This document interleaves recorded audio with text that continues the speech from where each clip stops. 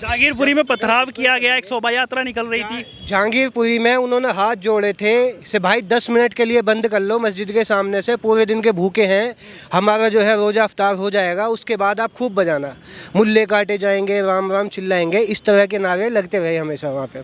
तो उन्होंने हाथ जोड़े, उनकी खुशामद करी, लेकिन वो नहीं माने। मस्जिद के सामने आप जुलूस निकाल ले हो तो कहीं एक जगह रुक नहीं सकते, उस जुलूस में एक भी जगह रुक नहीं सकते, फिर मस्जिद के सामने रुको, फिर तीन जुलूस निकाल लो, पहले एक निकाला, फिर 2 निकाला, फिर तीसरा जुलूस नमाज के टाइम निकाला, रोजे के टाइम। जब आदमी गर्मी के टाइम 2 घंटे प्यासा नहीं रह सकता, और 15 घंटे आदमी प्यासा है, और उसके बाद खुशामद कर रहा भाई 10 मिनट के लिए बंद कर लो, फिर बजा लेना, 10 मिनट के लिए बंद कर लो।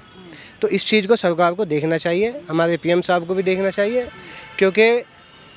जब आए थे उसी टाइम कहा था कि सबका साथ सबका विकास, हम जो है फैसला सबके हक में करेंगे, तो सबके हक में होना चाहिए फैसला।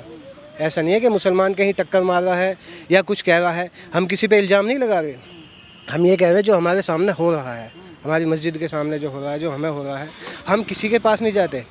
हम किसी के मंदिर के सामने नहीं जाते, किसी राजनीति के सामने नहीं जाते, किसी नेता के सामने नहीं जाते, हम सिर्फ अपने में खुश हैं। तो हमें प्लीज़ खुश रहने दें,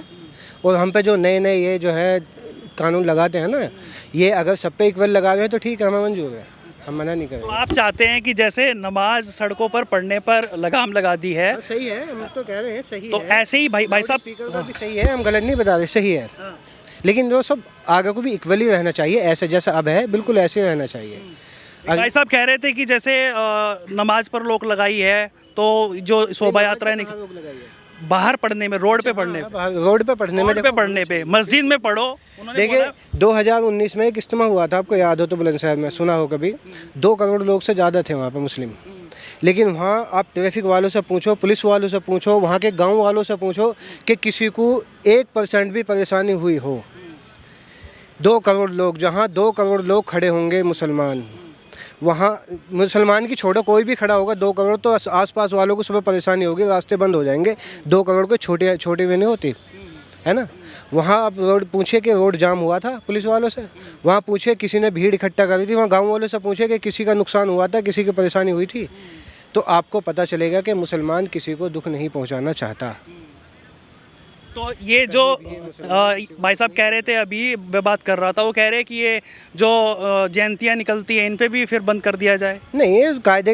वैसे लगनी चाहिए, जैसे पहले भी तो निकलती थी ना यात्रा, पहले भी आराम से निकलती थी, मुसलमान भी साथ देते थे, ऐसे नहीं होती थी कि नारे लग रहे हैं, भड़काऊ भाषण हो रहे हैं, ये नहीं होता था, ये चीज़ नहीं होनी चाहिए, क्योंकि कोई भी इंसान है जो नॉर्मल इंसान है, वो ये नहीं चाहता कि देश हमारे हिंदू मुसलमान में बटे,